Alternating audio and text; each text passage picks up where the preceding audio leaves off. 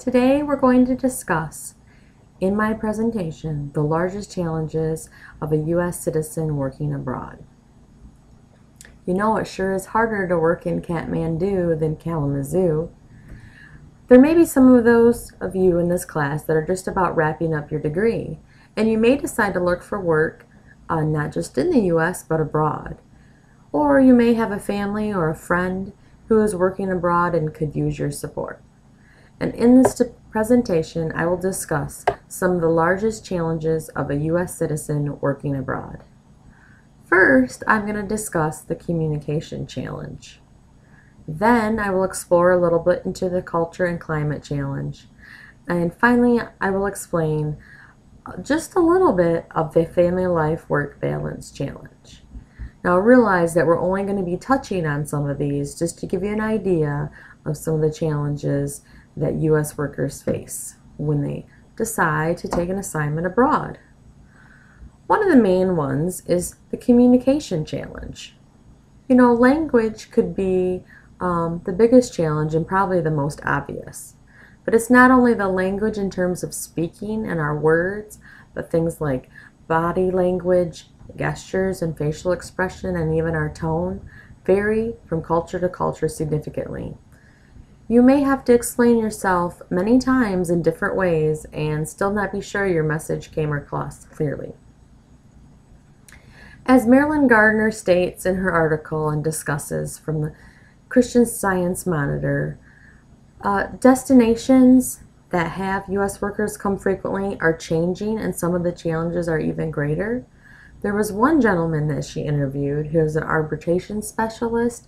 He moved his office from Los Angeles to Shanghai, and even though he had had assignments overseas, he found it extra challenging.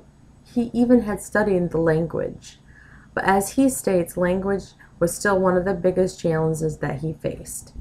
It's a long process, and a lot of things that are routine, like going to mail something to the doctors, is a whole new experience. So now that we've discussed just a little bit of the communication challenge, we're going to move into a taste of the culture or climate challenge. You know, we discussed language and how hard that can be, but sometimes it's just not learning the language that is a huge challenge. It's learning to cope with the culture shock. And in an article from Tech Republic, a gentleman, Chu, discusses the term culture shock. And this term was coined by an anthropologist named Calvera Oberg. And what he states is that culture shock is caused by the anxiety that results from losing all our familiar signs and symbols of social interaction while living in another culture. And you know, when you enter another culture, you're kind of like a fish out of water. Most of the things in your surrounding that you're familiar with are removed. And as we stated before, simple things like going to the post office, cooking a meal, or going out to eat, or even watching your favorite movie can be a challenge in another country and culture. I have a friend who is currently working in Japan and discusses the frustration of finding even the basic American foods that he likes to eat. He's not able to even purchase them from the grocery store. And a lot of times when he goes shopping, he's unable to communicate what he's really looking for, even though he knows some of the language. And what he described it as, it was literally like living on another planet. So now that I've talked just a little bit about the culture challenge, I'm going to discuss the family life work balance challenge. You know, in our culture, traditionally, workers work 8 to 5 or 9 to 5 in an office type setting. But in many other cultures, employees work much longer days. And this can be really hard for the employee and for the family to adjust to. If you're used to your spouse working 9 to 5 and they may not come home till 10 o'clock at night, not only are you adjusting to that change, but you're adjusting to living in a whole new place. And while working, the spouse who is working in the new company and the new culture and the new country, the spouse and the kids are left to fend for themselves. Many companies do not have a well-supported program in place to support the employees' families.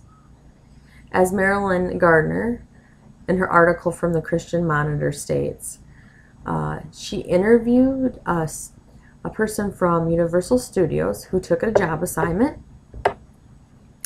and when he relocated to Japan, he was very excited about it. However, he found that the company was very touchy about labor law issues. The Japanese, he states, works very diligent hours, and to adjust to their culture, he was unable to leave until they did. So that created a problem for him and his wife and his family. And the satisfaction of the spouse with the relocation has a lot to do with retention as well as recruiting. You know, there's the old saying, if mama ain't happy, ain't anyone happy. And that is actually true in a lot of the moves when a U.S. worker decides to work abroad. Their partner may be unhappy or decide not to move with them, which brings additional challenges. I know that the friend that I have that we talked about earlier, he has worked overseas many times and it is still at some points challenging for him and his spouse to make those adjustments, not seeing each other often, and other things that come into play. So first I discussed the communication challenge U.S. workers face when working abroad. And then I touched a little bit into the culture challenge. And finally I hit the family life work balance challenge. You know, in this presentation I divulged slightly into the three main challenges that I perceived of U.S. employees working abroad. But you know, if you can overcome these three challenges, then you can turn those challenges into opportunities all the way from Kalamazoo to Kathmandu. So I want to thank you for your time and attention, and thank you.